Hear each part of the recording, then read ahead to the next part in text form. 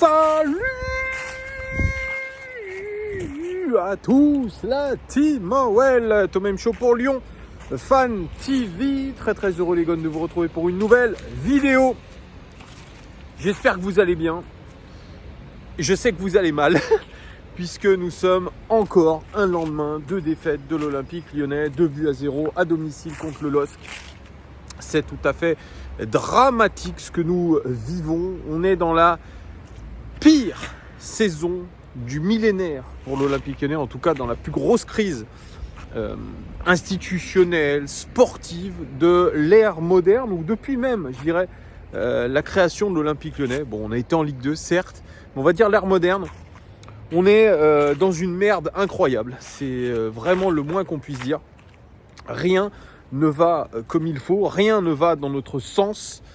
On a un entraîneur qui patauge, et le mot encore est faible. On a des joueurs qui ne sont pas au niveau sur le terrain. Et ça, c'est aussi le moins qu'on puisse dire. Ça, j'en parlerai dans un débrief à froid, parce que hier, on a fait un débrief à chaud, comme d'habitude. Et d'ailleurs, merci à vous tous, ceux qui ont participé, qui ont suivi le live. Vraiment, merci beaucoup. Toujours votre passion vous honore. Votre passion aussi pour cette chaîne vous honore. Et merci à vous, parce que franchement, même dans ces moments difficiles, on peut compter quand même sur un public de fans, de supporters qui sont toujours présents, même si c'est difficile. Donc ça, c'est un débrief que je ferai à froid. Je le ferai peut-être ce soir, où on discutera, on parlera. Peut-être je vous donnerai mes pistes pour, je dirais, faire de l'OL un club quand même qui restera dans l'élite et qui ne descendra pas, parce que là on y va tout droit.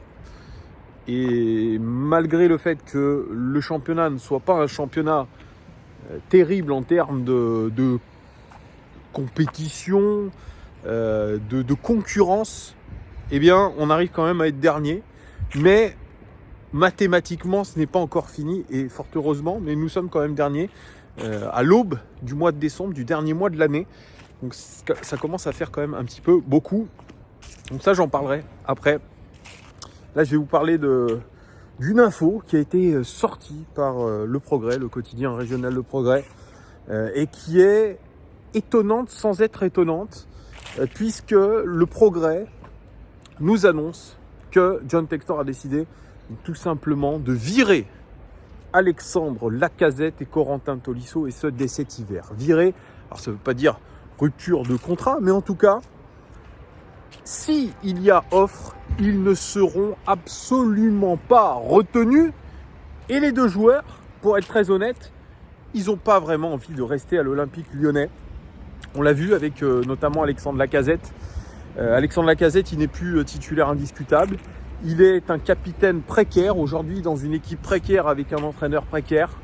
Et chose que n'avaient pas voulu faire les prédécesseurs de Fabio Grosso, à savoir mettre Alexandre Lacazette sur le banc, le discréditer publiquement par rapport à, je dirais, son intensité physique, par rapport à ses problèmes physiques. Ça, nous ne l'avions pas encore vu avec Alexandre Lacazette. C'est chose faite avec Fabio Grosso, qui a décidé de le mettre sur le banc contre Rennes il y a 2 semaines.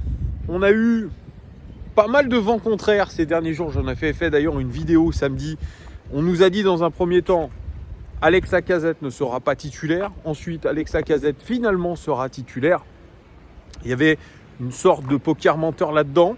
Mais la réalité, c'est qu'aujourd'hui, Fabio Grosso a d'énormes doutes sur Alexandre Lacazette, que ce soit physiquement, que ce soit mentalement, et je vais même aller plus loin, sur son engagement avec l'Olympique Lyonnais. Je pense que Fabio Grosso ne le fait pas au hasard. Alors, oui, piètre entraîneur, pas l'entraîneur de la situation, je ne vais pas me répéter. Choix complètement ubuesque, j'en reparlerai dans la vidéo de ce soir. Mais Fabio Grosso, je pense qu'il n'est pas bête, il voit des choses. Et ce qu'il voit d'Alexandre Lacazette, c'est un joueur, je pense, qui n'est plus concerné. Est-ce qu'il n'est plus concerné par rapport à la situation du club, par rapport à ses partenaires? ou par rapport aussi peut-être à sa vie personnelle. Peut-être que les deux sont imbriqués, et je suis persuadé de ça, qu'il y a des problèmes sportifs, il y a des problèmes extra-sportifs, et comme le disait Clément hier dans le débrief, peut aussi penser que la chasse à la taupe que avait menée Fabio Grosso est en train finalement d'accoucher. L'affaire de la taupe est en train d'accoucher d'une taupe. Et la taupe, peut-être qu'elle serait, entre autres, Alexandre Lacazette, je dirais. Eh bien, serait, c'est du conditionnel.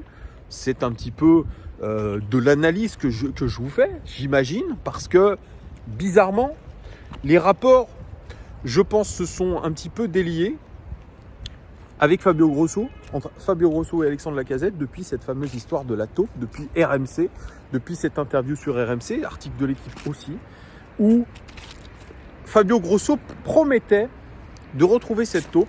Il avait donc annulé un entraînement. Et je pense que c'est quelqu'un, Fabio Grosso, quand il a décidé de quelque chose, quand il se sent attaqué, humilié, trahi, il va jusqu'au bout des choses. Et c'est peut-être un moyen aussi de mettre la pression sur Alexandre Lacazette. Parce que hier, ce qu'il a fait, alors, pas pour défendre Lacazette, qui fait une première mi-temps absolument désastreuse, même si sa rentrée contre Rennes était un peu plus positive, il décide de sortir son capitaine, joueur le plus cher du club, celui que vous payez le plus cher actuellement, vous décidez de le sortir à la mi-temps. C'est un aveu d'échec pour Grosso, mais c'est aussi un aveu d'échec et d'humiliation pour Alexandre Lacazette. Et Alex Lacazette, c'est quelqu'un qui est teigneux. Je pense que c'est quelqu'un qui n'aime pas subir l'humiliation, qui n'aime pas subir l'échec, et probablement qu'il y a quelque chose qu'il s'est cassé. Alors, certains me diront, et notamment Antoine des Éditos, qu'on se rappellera aussi de l'interview qu'il avait donnée avant que Peter Bosz soit viré, à Prime Video, rappelez-vous, après l'interview d'après-match, où il mettait quasiment la pression sur son boss pour virer Peter Bosz. Et ça, je pense que c'est très peu du goût de Fabio Grosso, qui doit peut-être ne pas apprécier certaines attitudes, certaines paroles de Alexandre Lacazette, parce qu'il n'y a pas de fumée sans feu. Je pense que même un Alexandre Lacazette à 70%, avec de bonnes relations, une bonne mentalité avec son coach, aurait joué quasiment toute la rencontre. Je ne crois pas aux problèmes physiques, aux pépins physiques qui l'empêcheraient de jouer pour son club. Je vous l'ai dit, il a joué avec un problème extrêmement grave aux cordes vocales la saison dernière. Il a joué avec les douleurs malgré tout et il a donné tout ce qu'il pouvait. Donc Alexandre Lacazette aujourd'hui n'est plus en odeur de sainteté. C'est aujourd'hui un recrutement ADN OL que voulait Jean-Michel Aulas qui est en train de partir aux oubliettes. Un contrat extrêmement juteux, puisque Alexandre Lacazette est parti d'Arsenal avec quasiment 1 million d'euros par mois qui lui était versé. Là, il garde ce salaire d'1 million d'euros par mois avec une prime à la signature qui est lissée sur la durée de son contrat, qui correspondra à la fin de son contrat à 1 million d'euros par mois, ce qui est absolument démentiel pour un club qui ne joue plus la Coupe d'Europe, qui est dernier de son championnat. Et la rentabilité sur le terrain n'est pas à la hauteur de la somme d'argent dépensée chaque mois. Mais on peut parler aussi de Yekale Tachar, de Ainsley Maitland-Nice. Mais là, on parle de deux joueurs, parce qu'il y en a un autre qui est aussi concerné, c'est Corentin Tolisso. Pareil, quasiment 1 million d'euros par mois au Bayern, qui s'est débrouillé, Corentin Tolisso, pour avoir à peu près aussi le même salaire du côté de l'Olympique Lyonnais, en lissant, avec une grosse prime à la signature. Et malheureusement pour lui, pareil. Alors lui, c'est encore plus criant qu'Alexandre Lacazette, puisqu'il a enchaîné des prestations soit moyennes, soit médiocres. Beaucoup de pépins physiques sur sa première saison.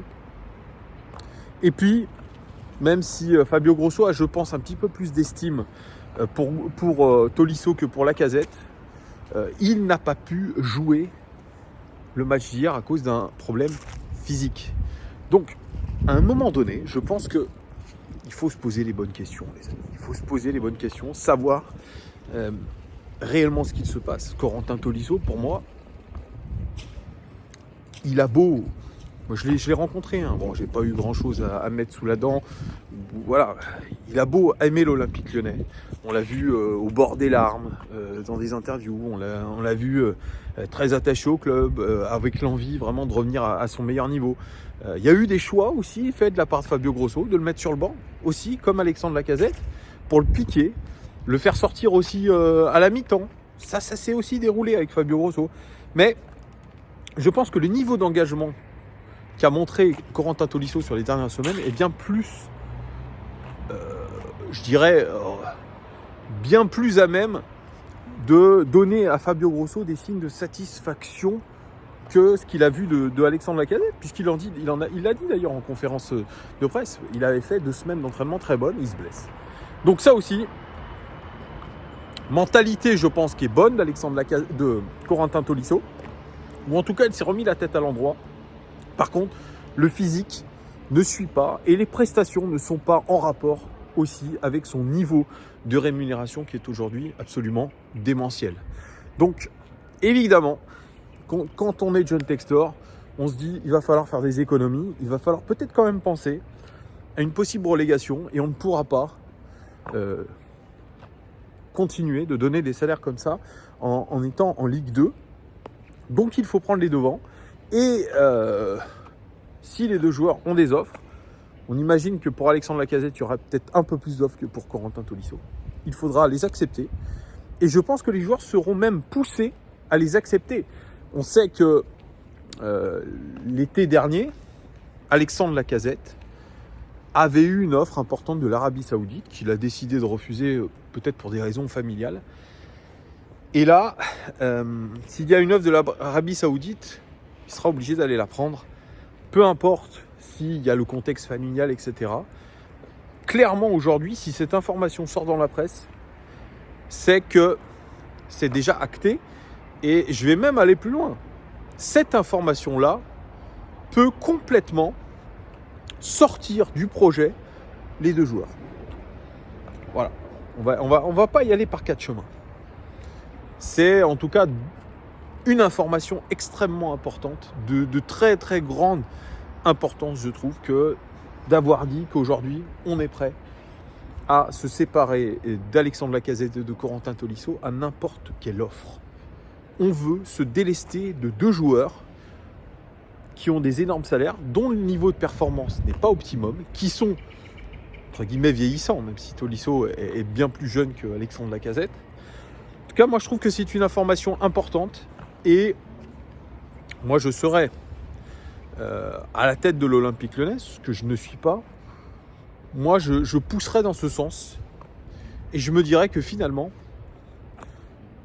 le bénéfice risque, ou en tout cas le jeu en vaut la chandelle. Ils sont aujourd'hui trop payés par rapport à ce qu'ils représentent, ce qu'ils montrent sur le terrain. À moins d'une renégociation d'un contrat, je les vends. Vous me direz, vous, en commentaire, ce que vous pensez de cette information. Ça m'intéresse. Mettez-moi tout ça en commentaire. Et je vous fais de gros bisous et je vous dis à très très vite. Ciao!